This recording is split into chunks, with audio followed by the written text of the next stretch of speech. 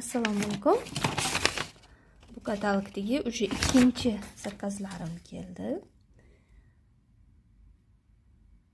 Bu yerda vitamin, ayollar uchun multivitamin.